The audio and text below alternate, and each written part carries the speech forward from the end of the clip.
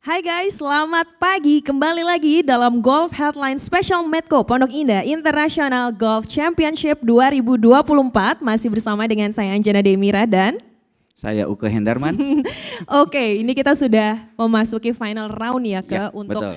turnamen kali ini, dan kalau kita lihat dari first round, second round kemarin mungkin dipimpin klasemennya oleh dua atlet dari Sumatera Utara, Ya. namun ada yang menyalip Jojo di second round. Tapi biasanya di hari ketiga ini penuh dengan kejutan ya Kak? Ya seperti biasa ya, kalau udah final round itu pasti orang akan mencoba bermain sebaik mungkin. Karena ini kan boleh dibilang udah penentuan. Penentuan siapa yang akan keluar sebagai juara di turnamen kali ini.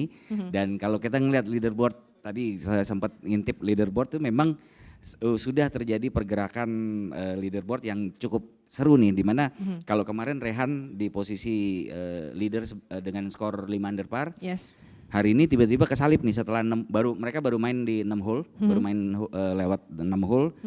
Jonathan Xavier Hartono atau biasa dipanggil Jojo, atlet asal DKI ini menyalip sekarang di posisi 6 under.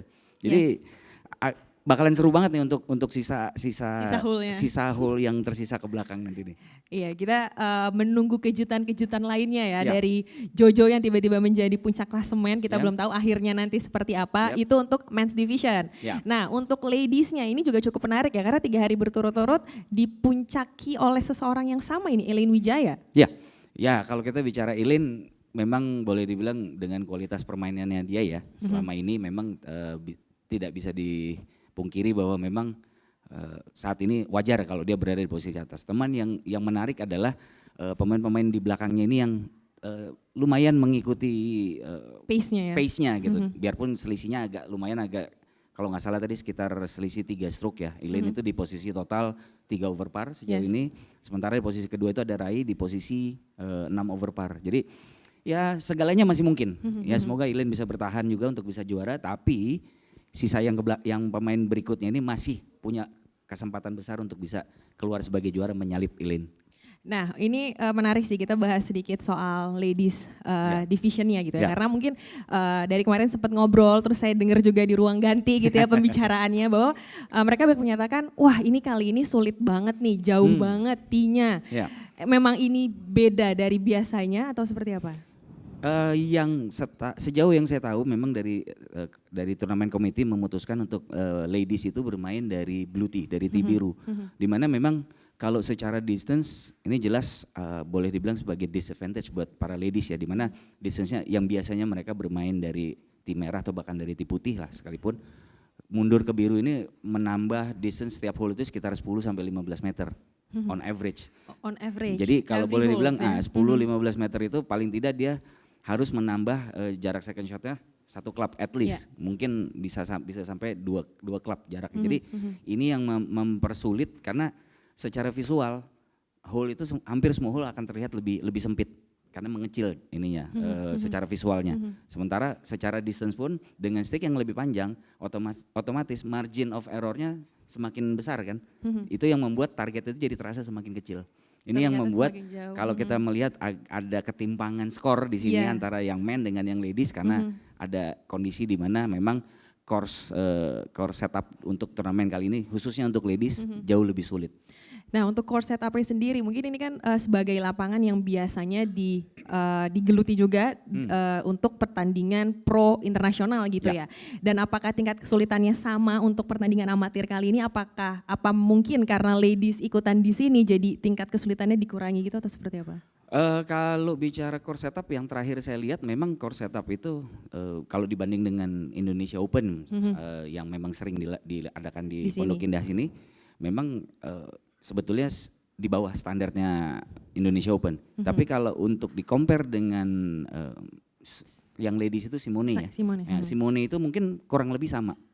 Cuman memang pada saat Simone itu ada beberapa holes yang tee areanya memang markernya warnanya biru, tapi mereka menggunakan area tee yang biasa dipakai untuk tee putih. Jadi memang ada beberapa yang quote unquote sedikit dimudahkan secara jarak gitu. Namun kali ini memang Tidak ada pemindahan. Tidak ada pemindahan, tidak ada kemudahan yang diberikan oleh komite. Jadi ya mau nggak mau mereka harus bermain sebagaimana adanya. Tapi ini buat latihan mereka juga ya ke depannya. Sekaligus untuk latihan mereka.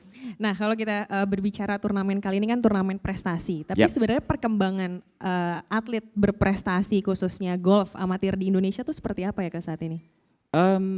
Memang kalau kita bicara atlet prestasi itu kan boleh dibilang nih kayak ibarat seperti piramida ya, dimana semakin tinggi level permainan yang dimiliki oleh pemain tuh kuantitinya semakin sedikit. Jadi kalau sepintas memang kalau kita lihat kok itu aja yang main ya, karena memang kenyataannya memang demikian.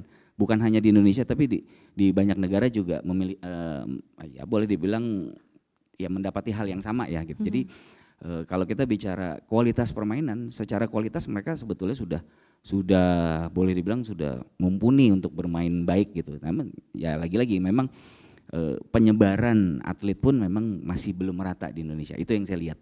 Oke, namun kan dengan banyaknya pertandingan bertaraf internasional gitu ya, dan tadi mungkin Uke juga bilang banyak pemain-pemain kita yang memang sebenarnya notabene kualitasnya juga sudah bertaraf internasional gitu. Betul. Nah ini apakah diartikan bahwa pembinaannya sebenarnya sudah layak, sudah berhasil?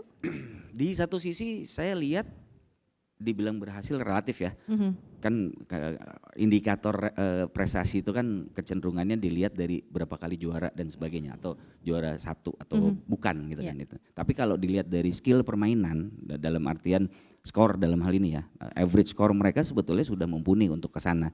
Tinggal bagaimana mereka bisa ya boleh dibilang mempersiapkan diri untuk setiap event itu, karena kita kalau setiap main turnamen itu kan kita nggak pernah tahu kapan kita dapat peaknya ya. Maksudnya hari ini tuh akan bisa main seperti apa kita nggak pernah tahu. Mungkin secara motivasi, secara persiapan mungkin kita merasa sudah maksimal. Tapi begitu masuk ke lapangan situasinya bisa aja berubah 180 derajat. Dalam artian bahwa merasa confidence atau jeblok mainnya. Nanti di sisi lain kadang-kadang kita ngerasa nggak nyaman atau mainnya malah bagus. Jadi kembali lagi sekarang banyak sekali faktor yang mempengaruhi dari si pemain itu pada saat menjelang mereka bermain, itu yang akan menentukan skornya sendiri.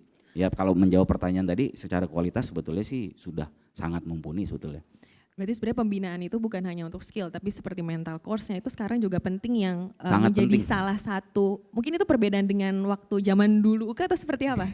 Justru ya mungkin ya dengan yang paling berasa itu kalau dibandingkan dengan zaman saya junior dulu itu dari sisi sainsnya ya, sport science sekarang jauh lebih advance, jauh lebih detail, dan kita sebagai pelatih saat ini saya merasa bahwa untuk bicara data yang berkaitan dengan kepentingan persiapan atlet itu sangat banyak yang kita bisa ambil dari situ yang akan membantu kita para pelatih untuk menentukan program seperti apa yang kita mau jalankan. Tapi kembali lagi sekarang yang paling utama itu kayak tadi Anjana bilang bahwa pada saat mereka main itu untuk level mereka itu skill itu practically semua sama, berimbang lah boleh dibilang. If not sama, berimbang.